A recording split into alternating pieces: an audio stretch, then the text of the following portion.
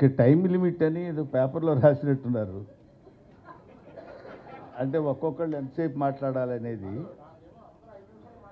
అదే సార్, నేను కూడా దానికి పెద్ద ఉదాహరణ ఏంటంటే సంజయ్ కిషోర్ అనేవాడు 5 నిమిషాలు మాట్లాడాడు. మీ అందరికి గుర్తుండి ఉంటుంది. సరే, ఏమైనా అయ్యో సంజయ్ కిషోర్ గారి గురించి జయసుధ్ గారు చెప్పడం మర్చిపోయారంట. లేదు కదా, పోలేమ్మా. తర్వాత అయిపోయిన తర్వాత మీరు అందరం వెళ్ళిపోయేటప్పుడైనా మీరు వచ్చి మాట్లాడచ్చు, ఏం ప్రాబ్లం లేదు. అతను ఉంటాడు, అతను చాలా చాలా తెలివిగా మాట్లాడాడు సంజయ్ కిషోర్ అనేవాడు. తర్వాత ఆయన గురించి ఎవరైనా మర్చిపోతారేమో అన్నీ చెప్పేసుకున్నాడు. పాపం మురళీమోహన్ గారు ఏదో అన్నారంట, అది నేనే చెప్తాను, ఆయన మర్చిపోతాడేమో అంటే, కాదు కాదు నేను చెప్తాలే, నాకు వదిలేయవయ్యా అదే అన్నాడు ఆయన. ఏమైనా ముందుగా పద్మవిభూషణుడు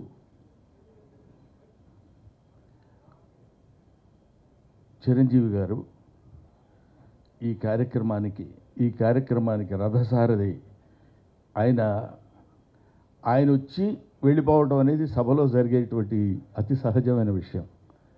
ఆయన వెన్నెముకగా ఉండి మాబోటి వాళ్ళకి ఫోన్లు చేసి ఈ కార్యక్రమానికి మీరు రావాలని చెప్పడం అనేది, సావిత్రి గారు చచ్చిపోయారని ఎవరండి అనేది, ఇంతకంటే సావిత్రి గారు బతుకున్నారని చెప్పడానికి వేరే ఉదాహరణ కావాలా?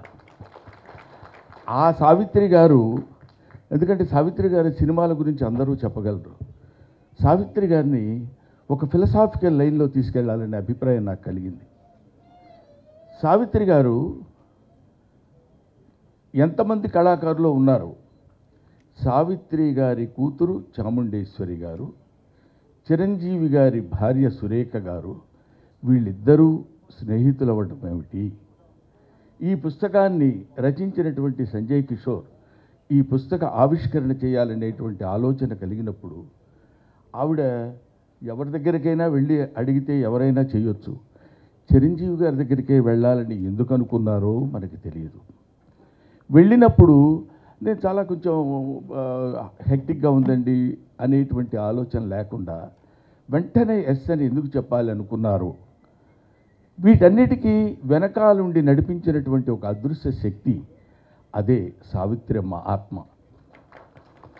ఆవిడ నడిపించుకుంది, ఆవిడ చేయించుకుంది ఈ ఫంక్షన్. ఆవిడ దగ్గరుండి, నాన్న చిరంజీవి నేను చనిపోయాను అంటున్నారు అందరూ, కాదు నేను బతికే ఉండాలి, బతికే ఉన్నాను అన్న విషయం నువ్వు చెప్తే అందరూ నమ్ముతారు.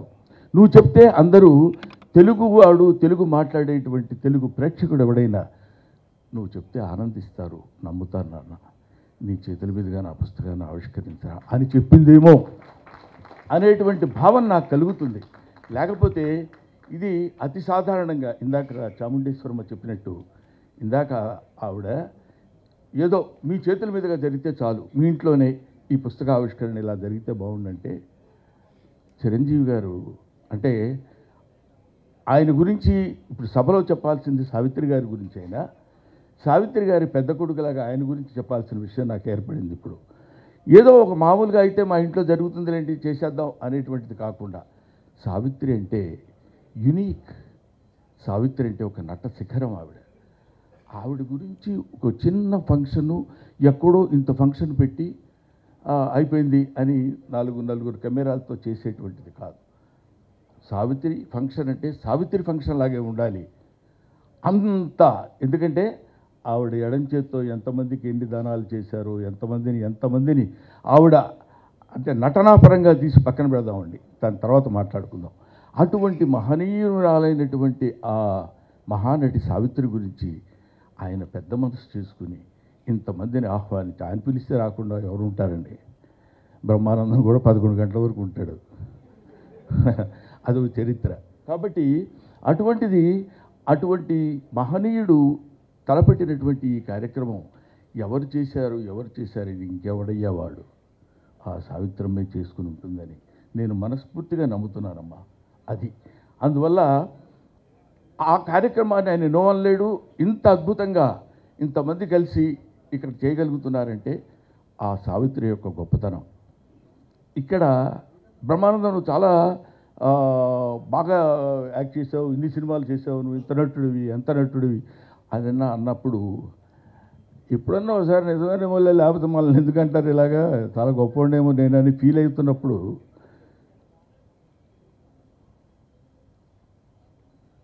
అది ఆవిడ నటించేటువంటి సినిమాలు ఏదైనా ఒక్క సినిమా అంతా కూడా కాదు, ఒక సీన్ అంతా కూడా కాదు, ఒక ఎక్స్ప్రెషను. ఇందాక పరుచూరి గారు చెప్పినట్టు ఒక ఎక్స్ప్రెషను. డాక్టర్ చక్రవర్తిలో ఒక పాట ఉంటుంది. ఆ పాటలో అమ్మ నటించినటువంటి విధానం చూస్తే ఒక్క సెకండ్లో అంత రొమాంటిక్గా నీవు ఆ పాట ఏంటి, నీవు లేక వీణ నిలువు లేక వీణ పలుకలేనన్నది, నీవు రాదా నిలువలేనన్నది.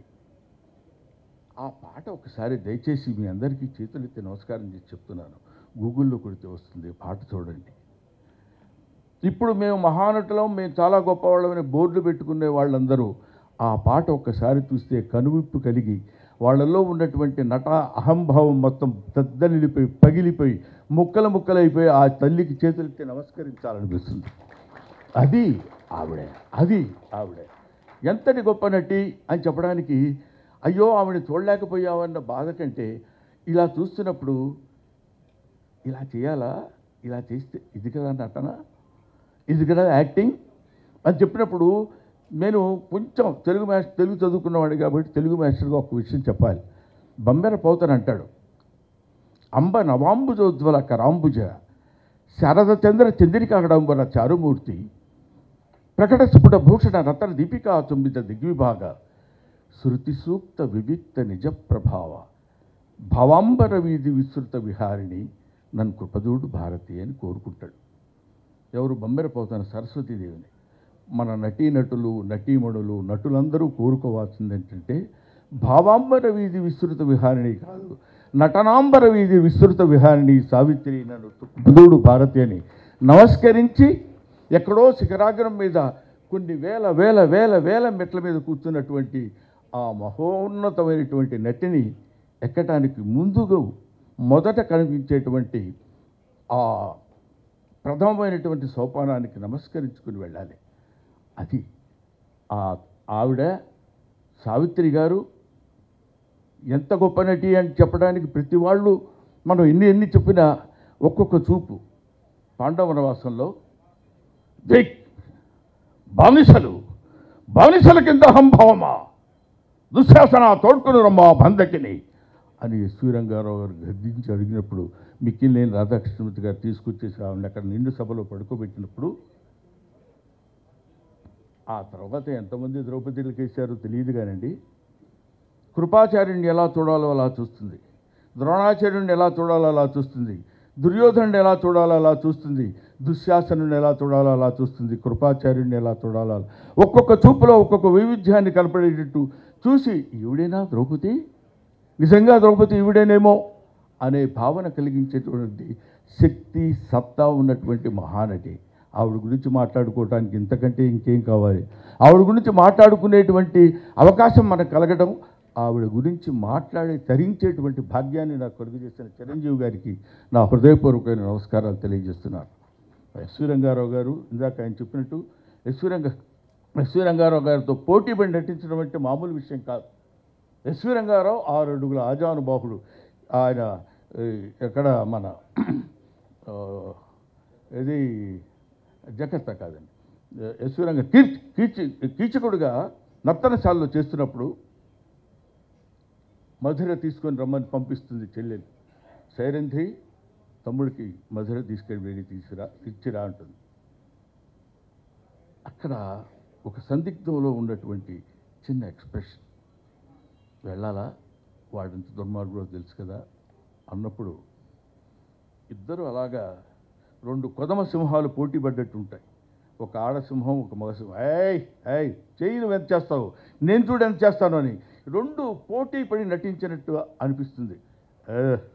మారణి కించి సర్వాలంకార భూషిత అయిన నిన్ను చూచిన నా మనసు ఊగి తూగి నీ ముందు మోకరిల్లదా బాలుడికి 5 భర్తలకు భార్యనే దానవు 6వడుగా నన్ను అంగీకరించలేవా ఆనందపరచలేవా మాలినీరా అంట.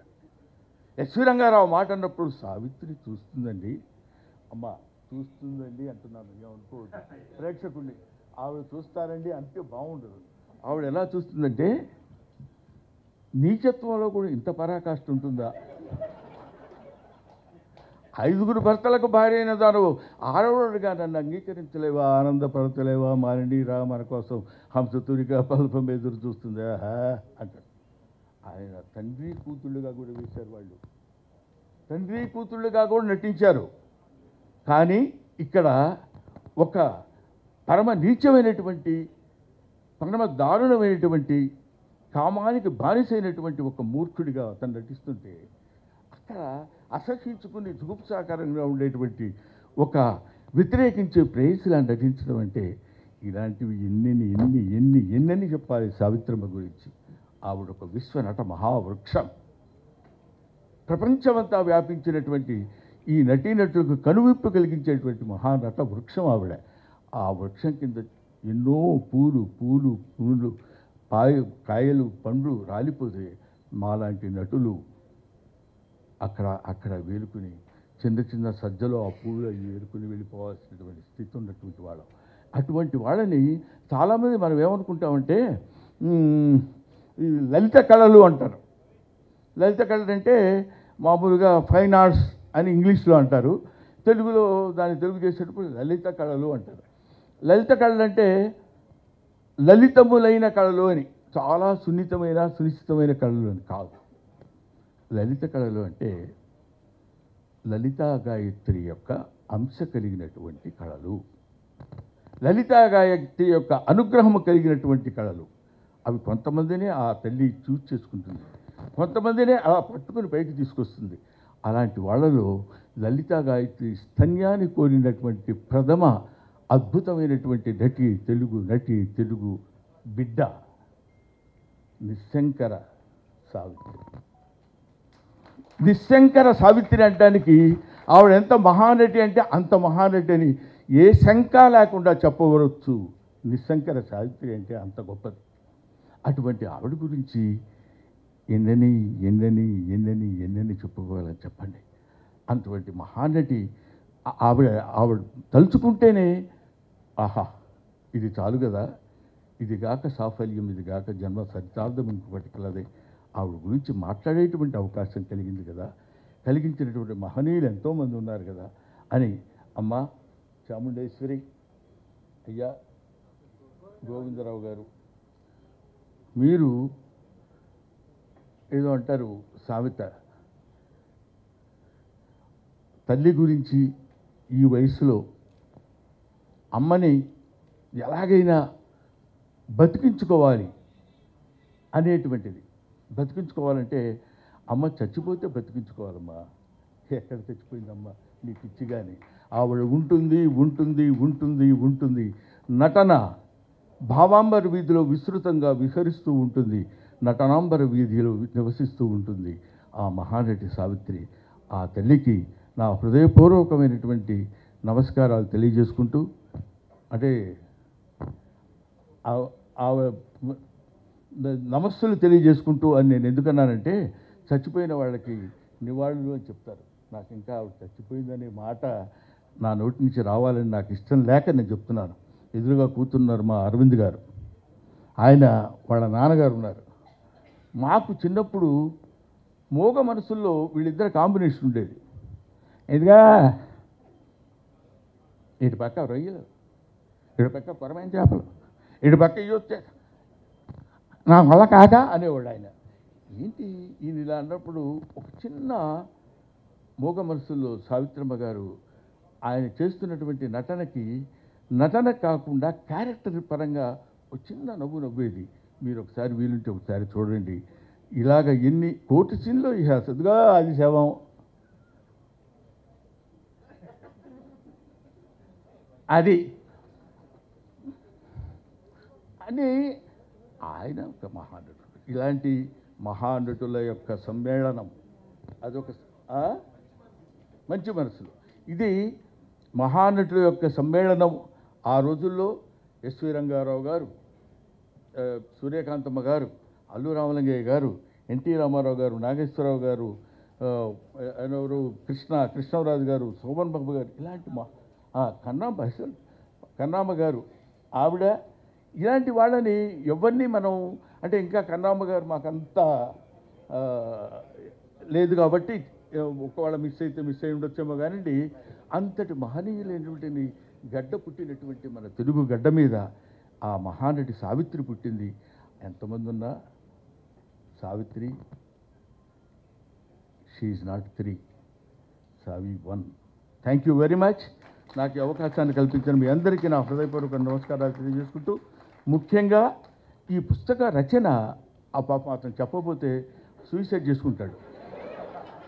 అతని పరిస్థితి అది. ఎందుకంటే నేను ఇంత కష్టపడి రాశాను, ఈయన సావిత్రి గురించి చెప్తున్నాడు కానీ నా గురించి చెప్పడం ఏంటనే దాని నుంచి బాగా నాకు తెలుసు అతను ఎంత మనోవ్యత చెందుతున్నాడో. కానీ ఏమైనా ఇందులో నేను హాస్యస్పూర్వకంగా మాట్లాడినా కొంత నిజాయితీ ఏముందంటే, చిన్నప్పటి నుంచి సావిత్రి గారి గురించి, సావిత్రి గారి యొక్క జీవితాన్ని గురించి అవపోసన పట్టినటువంటి ఒక చిన్న ప్రాణి సంజయ్ కిషోర్. నాకు నిజంగా అంత కమిటెడ్గా ఏదో చేసేద్దాం అని కాకుండా కమిటెడ్గా సావిత్రమ్మ అని ఎంతమందినో పిలిచేది, ఫోటో సెక్షన్స్, ఎగ్జిబిషన్స్ పెట్టి 15 కంటిన్యూస్ ఇయర్స్గా చేయటం అంటే నిజంగా అలాంటి వాళ్ళు ఉండబట్టే ఇలాంటి కొంతమంది నటులు బతుకుతున్నారా అన్న భావన అదంతా తయారు చేసుకొని వచ్చాడు కాబట్టి, మీలాంటి వాళ్ళ దగ్గరికి ఆ బుక్ తీసుకురాగలిగాడు కాబట్టి, ఆ పుస్తకం ఇంత ప్రచురణ పొందింది కాబట్టి, ఇంతమంది కొన్ని కోట్ల మంది మళ్ళీ ఒకసారి సావిత్రమ్మను మననం చేసుకోవడానికి అవకాశం కల్పించినటువంటి చిరంజీవి గారికి చేతులెత్తి నమస్కరిస్తూ, నువ్వు ప్రామిస్ చేస్తే నేను పిలుస్తాను, మైక్ దగ్గరికి రాకూడదు, నువ్వు రాకూడదు. Thank you very much. Thank you.